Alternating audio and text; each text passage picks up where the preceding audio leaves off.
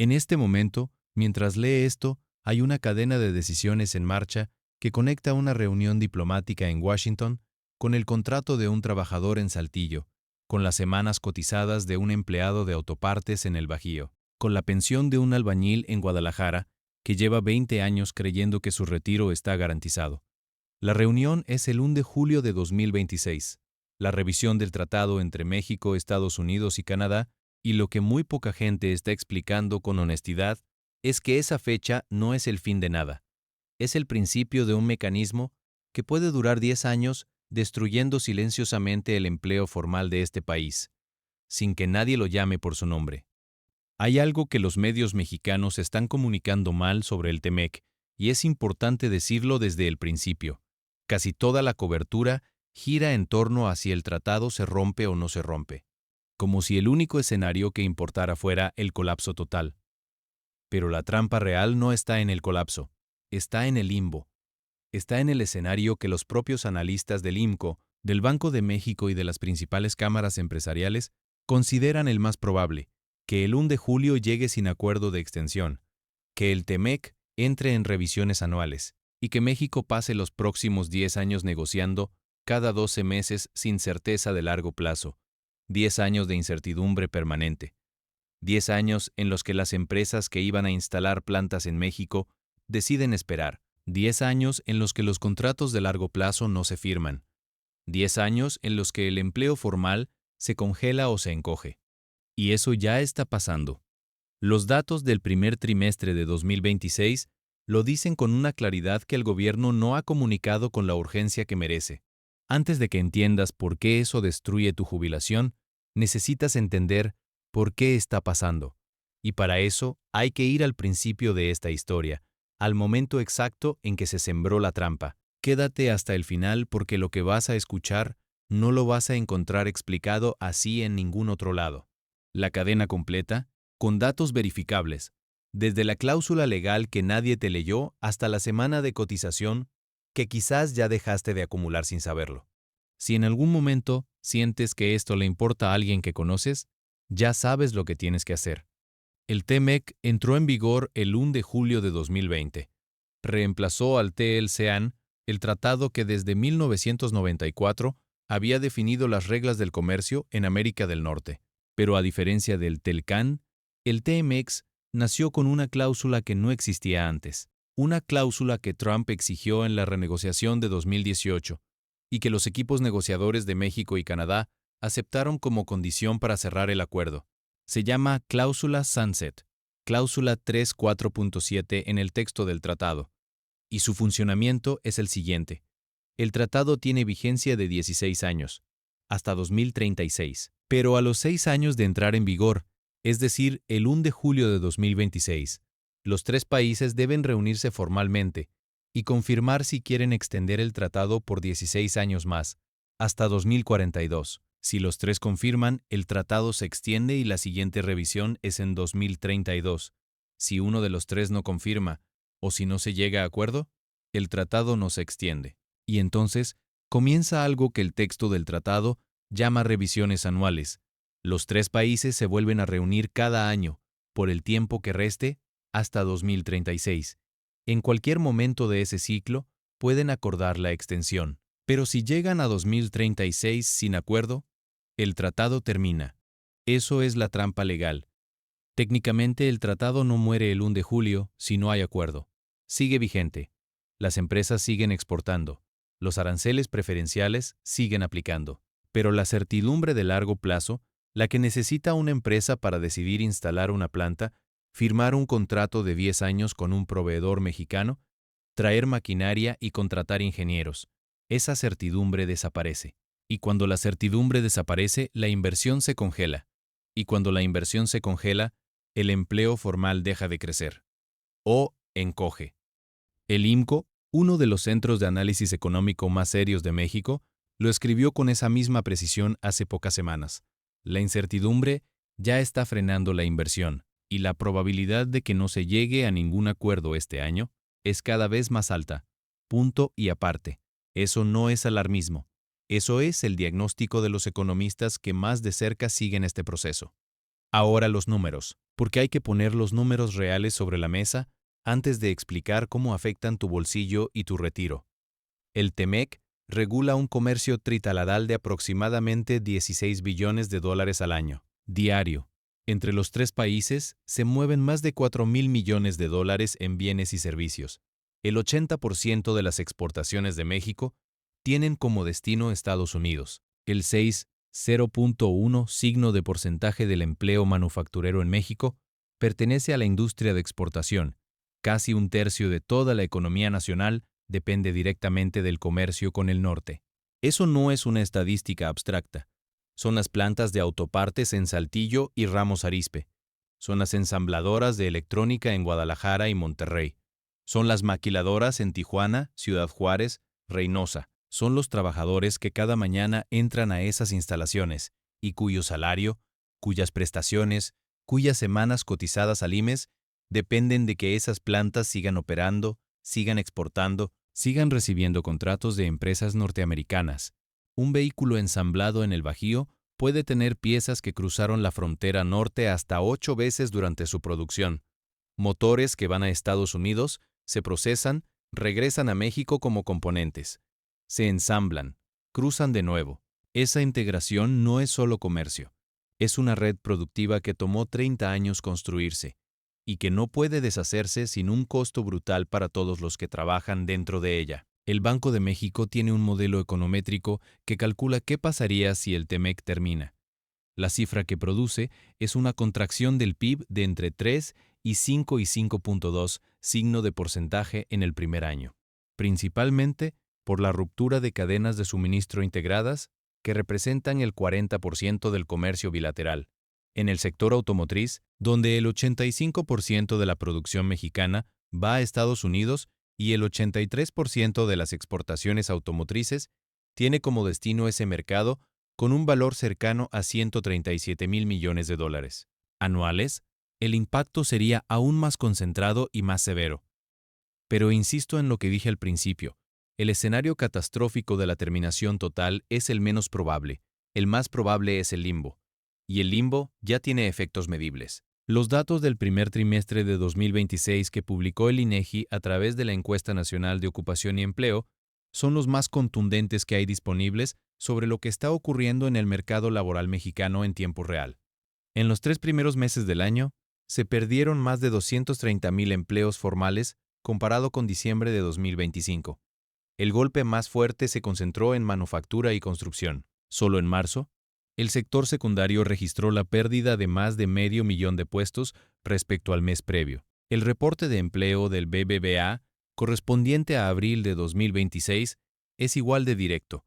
La manufactura acumula 15 meses consecutivos en terreno negativo, con una contracción anual de 2,1 signo de porcentaje.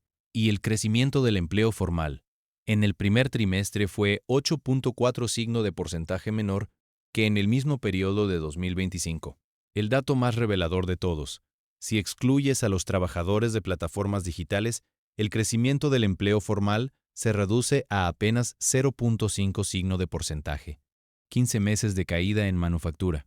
El sector que más empleo formal de calidad genera en este país lleva más de un año sin levantar cabeza, y la revisión del TM no ha llegado todavía.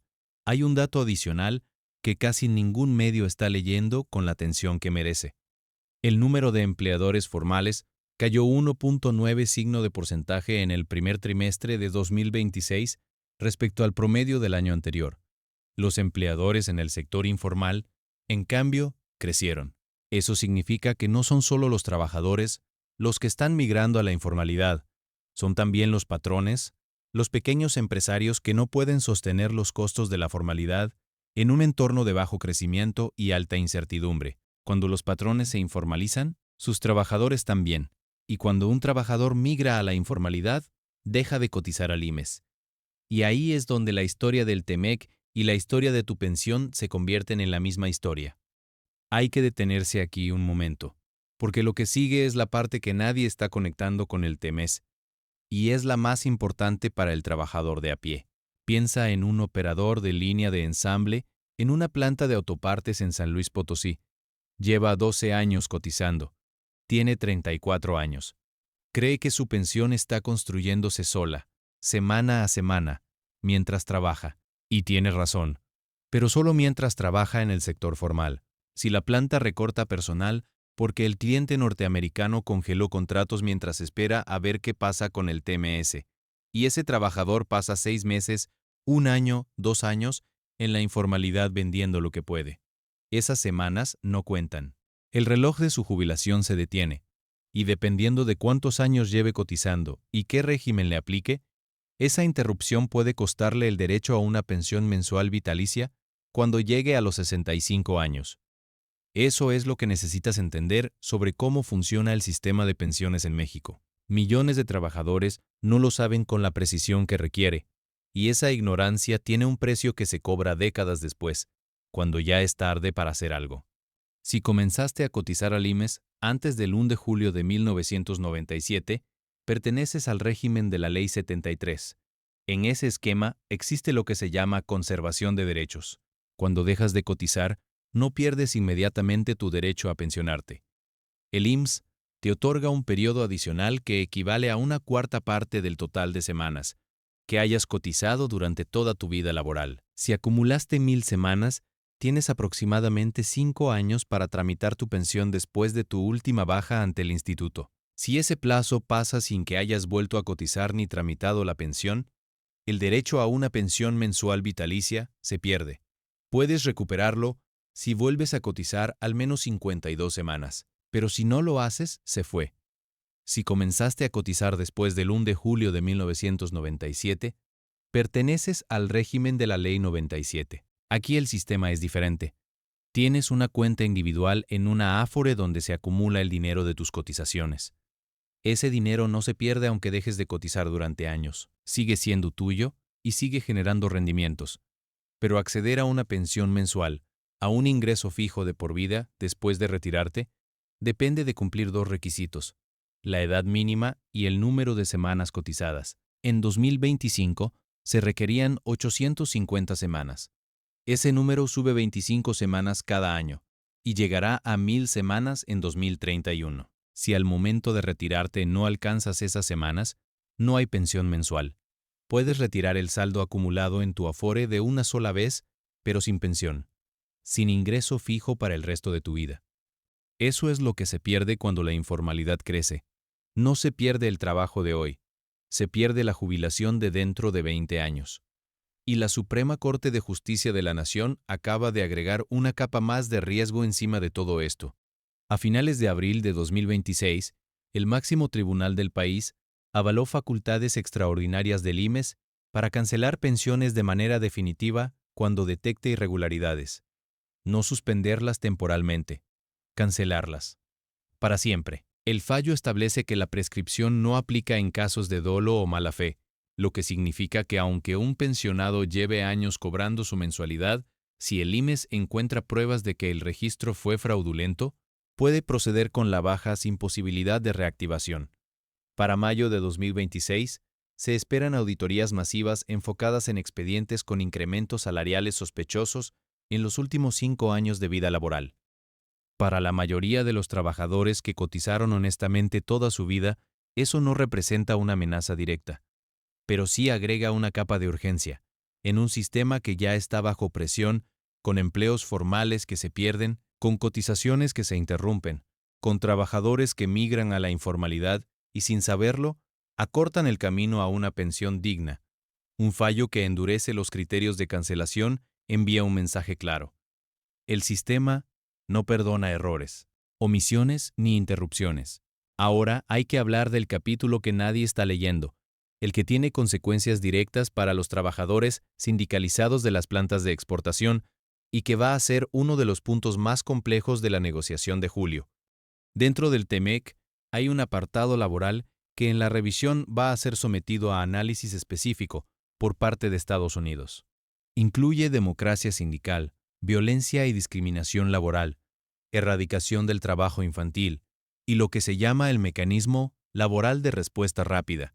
Ese mecanismo, que es uno de los elementos más novedosos del TEMEX respecto al TELCEAN, permite que sindicatos o trabajadores de Estados Unidos presenten quejas formales cuando consideran que en una planta exportadora mexicana se están violando derechos laborales. Cuando se activa, el gobierno mexicano tiene plazos muy cortos para investigar y responder. Y si la queja se confirma, la planta puede perder temporalmente sus preferencias arancelarias mientras no corrija el problema. Desde 2021, ese mecanismo se ha usado en varias ocasiones. Plantas en Tamaulipas, Sonora y Chihuahua han sido investigadas. Algunas han resultado en acuerdos donde la empresa reconoce problemas sindicales y se compromete a correcciones concretas. Ese historial es el que Estados Unidos va a traer a la mesa en julio, y lo que quiere es ampliar el mecanismo, más tipos de queja que lo activen, plazos más cortos, sanciones más duras. Para el trabajador de base en una planta sindicalizada, eso debería ser una buena noticia. Más herramientas para exigir contratos colectivos reales, para elegir a sus representantes sin que la empresa o el gobierno les imponga líderes, para denunciar condiciones de trabajo inadecuadas. Pero hay una complicación que los negociadores mexicanos tienen que resolver con precisión. Si el mecanismo se activa demasiado fácil, con estándares que pocas plantas mexicanas pueden cumplir en el corto plazo, puede convertirse en una barrera comercial disfrazada de protección laboral, una herramienta que Estados Unidos puede usar para favorecer su propia manufactura interna cuando le convenga, activando quejas contra plantas mexicanas en momentos de tensión comercial.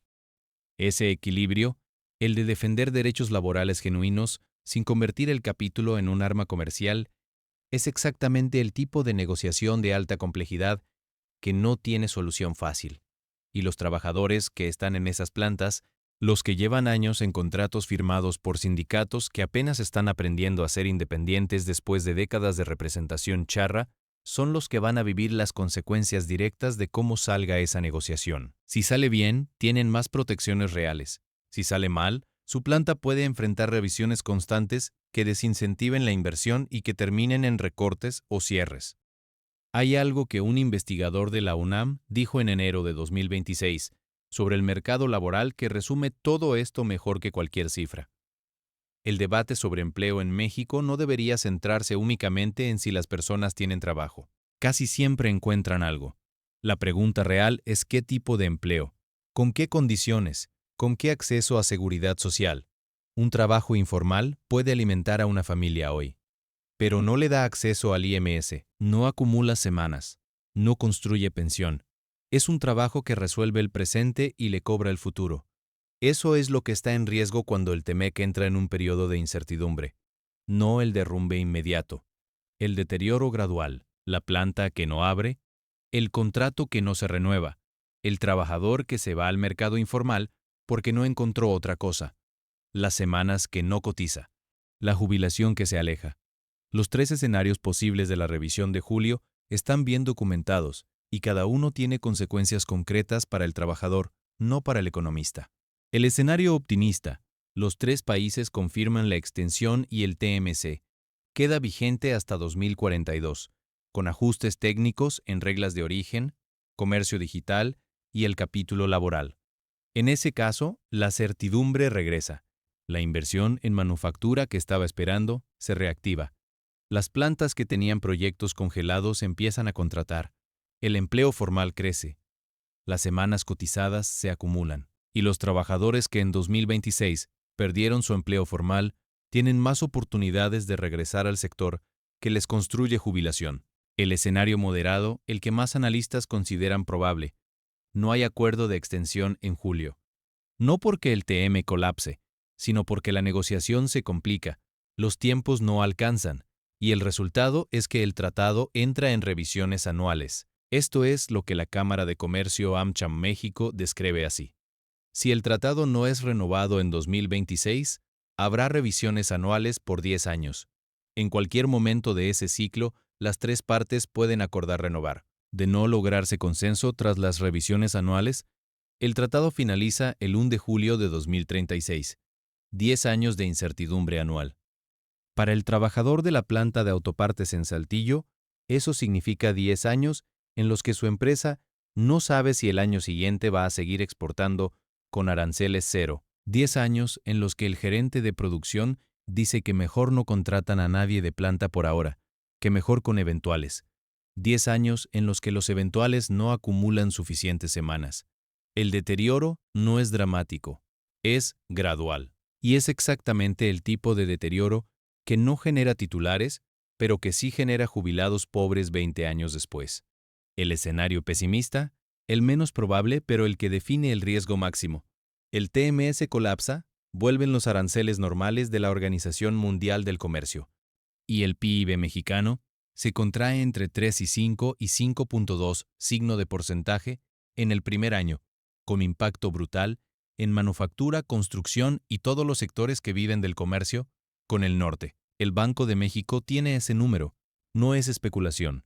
Es el resultado de modelos econométricos construidos con datos reales de integración industrial. Y en ese escenario, el impacto en el empleo formal sería de una magnitud que los analistas más serios del país han comparado con una depresión económica, el mayor golpe al mercado laboral mexicano en la historia moderna. Lo que México puede controlar es cuánto llega preparado a esa mesa. Y hay señales concretas de que algo se está moviendo, aunque el ritmo genera dudas entre los analistas más críticos. El 5 de marzo de 2026, el secretario de Economía Marcelo Ebrard y el representante comercial de Estados Unidos, Jamieson Greer, anunciaron el inicio formal de negociaciones presenciales en Washington. Fue la primera reunión de ese nivel entre los equipos negociadores de ambos países.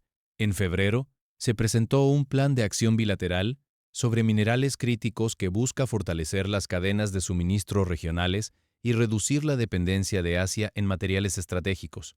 Eso le da a México un argumento concreto sobre la mesa. Estamos colaborando en seguridad de cadenas de suministro, en litio, en tierras raras, en los materiales que Estados Unidos necesita para su transición energética y para reducir su dependencia de China. El problema, y Coparmex lo dice claramente, es que la prueba real no está en los anuncios, está en el territorio, en los parques industriales de Nuevo León, El Bajío y Jalisco, donde se decide si un proyecto de inversión se ejecuta o se cancela. Si las empresas que estaban evaluando instalarse en México ven que el proceso de revisión avanza de manera ordenada y técnica, sin escaladas políticas, sin amenazas de aranceles adicionales, el clima de inversión mejora. Si ven que la negociación se complica, que Estados Unidos endurece sus exigencias en energía, en reglas de origen automotriz, en el capítulo laboral, y que México responde con posiciones rígidas que no tienen espacio para ajustes, el capital se va a otro lado.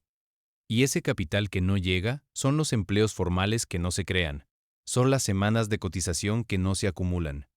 La USTR, la Oficina de Comercio de Estados Unidos, publicó su Agenda de Política Comercial 2026. Ahí pone la revisión del TEMEC como una de sus 6 prioridades, y dice algo muy específico, que recomendará renovar el acuerdo solo si se resuelven los temas identificados en la revisión. Entre esos temas enumera las medidas preferenciales de México en energía y minería en perjuicio de inversionistas estadounidenses. Eso es una referencia directa a la política energética de los últimos años en México, donde el gobierno ha privilegiado a Pemex y a la CFE por encima de los privados, incluyendo los privados norteamericanos. Ese es uno de los puntos de mayor tensión y uno de los que México tiene menos margen para resolver rápido, porque implica decisiones de política interna que tienen costo político. La fecha límite para que la USTR presente una recomendación formal al Congreso de Estados Unidos era el 1 de junio de 2026. Eso significa que para cuando este texto llegue a quienes lo escuchan, esa recomendación ya existe o está por existir. Lo que diga esa recomendación va a definir el tono de la reunión del 1 de julio. Si recomienda renovar con condiciones manejables, el escenario optimista cobra más vida. Si recomienda suspender la renovación hasta resolver los temas de energía, el escenario moderado de revisiones anuales se vuelve más probable. Hay un dato que define la asimetría de esta negociación y que vale la pena decirlo con claridad. México necesita el TMEC mucho más de lo que Estados Unidos lo necesita. Eso no significa que Estados Unidos no lo necesite. La integración industrial entre los dos países es profunda, y deshacerla tiene costos reales para el norte también.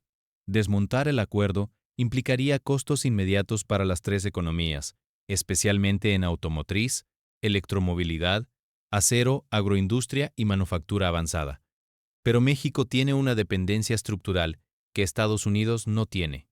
El 80% de las exportaciones mexicanas van al norte, el equivalente para Estados Unidos, lo que exporta a México como porcentaje de su comercio total, es alrededor del 15%. Esa asimetría es la que Trump conoce y la que usa. El IMCO lo dice sin rodeos. Estados Unidos sabe que con la sola amenaza ya gana. Eso no significa que México está perdido antes de sentarse. Significa que tiene que sentarse con sus argumentos más fuertes y con sus vulnerabilidades resueltas antes de llegar a julio. Y significa que los trabajadores mexicanos, los que producen los bienes que le dan a México esa posición como primer exportador hacia Estados Unidos del mundo, merecen saber exactamente qué es lo que está en juego cuando sus representantes se sientan en esa mesa. La pregunta que te queda después de escuchar todo esto no debería ser si el TEME se va a romper. Esa es la pregunta equivocada, la que distrae del riesgo real. La pregunta correcta es, ¿cuántos meses más de incertidumbre puede aguantar el empleo formal de este país antes de que los números del INEGI empiecen a reflejar algo que ya no sea solo un ajuste temporal? La manufactura lleva 15 meses en terreno negativo. En el primer trimestre de 2026 se perdieron más de 230,000 empleos formales. El número de empleadores que se están yendo a la informalidad subió, mientras el número de empleadores formales cayó 1.9 signo de porcentaje. Y la revisión del TEMEC todavía no ha llegado. Ese es el estado de las cosas hoy, no como narrativa política, como datos de las instituciones más serias del país, disponibles para quien quiera leerlos. Si esto te afecta, si trabajas en manufactura, en construcción, en automotriz, en cualquier sector que exporta o que depende de que la inversión extranjera siga llegando, la decisión más útil que puedes tomar ahora mismo es revisar tu historial de semanas cotizadas en el portal del IMS o en la aplicación IMS Digital. Saber exactamente cuántas semanas llevas, qué régimen te aplica, cuánto te falta para llegar al mínimo que la ley exige. Esa información es tuya y es gratis. Y saber dónde estás parado es lo único que te permite tomar decisiones antes de que sea demasiado tarde para tomarlas. La reunión es el lunes de julio. Faltan semanas. Y lo que se decide ahí va a afectar contratos, plantas, empleos y jubilaciones de millones de mexicanos que en este momento no saben que su nombre está de alguna manera sobre esa mesa. Si llegaste hasta aquí, es porque esto te importa. Significa que entiendes que las decisiones que se toman en salas de negociación en Washington o en la Ciudad de México no son abstractas. Se concretan en un contrato que se renueva o no se renueva, en una planta que amplía turnos o los reduce, en un trabajador que sigue cotizando o que migra al mercado informal sin saber exactamente lo que eso le va a costar en 20 años. El 1 de julio no es una fecha de diplomacia. Es una fecha de empleo. Es una fecha de semanas cotizadas. Es una fecha de jubilaciones que se construyen o se erosionan en función de si la certidumbre comercial regresa o se prolonga en el limbo de las revisiones anuales. Antes de irse, una cosa concreta que puedes hacer hoy mismo. Entra al portal del IMES o descarga la aplicación IMES digital y revisa tu historial de semanas cotizadas. Saber exactamente cuántas llevas, qué régimen te aplica y cuánto te falta para el mínimo que la ley exige. Es la única manera de entender qué tan expuesto estás si en los próximos meses pierdes un empleo formal y tardas en encontrar otro. Esa información es tuya, es gratuita y tarda menos de 10 minutos en consultarse. No esperes a que alguien más te la explique. Comparte esto con alguien que trabaje en manufactura, en una maquiladora, en construcción, con alguien que tenga años cotizando y que nunca nadie le haya explicado cómo funciona la cláusula del tratado del que depende su empleo. Y en los comentarios dime lo que piensas. ¿Crees que México llega bien preparado a julio? ¿O crees que va a llegar a improvisar como siempre? Esa conversación la necesitamos tener ahora, no cuando ya sea tarde para tenerla.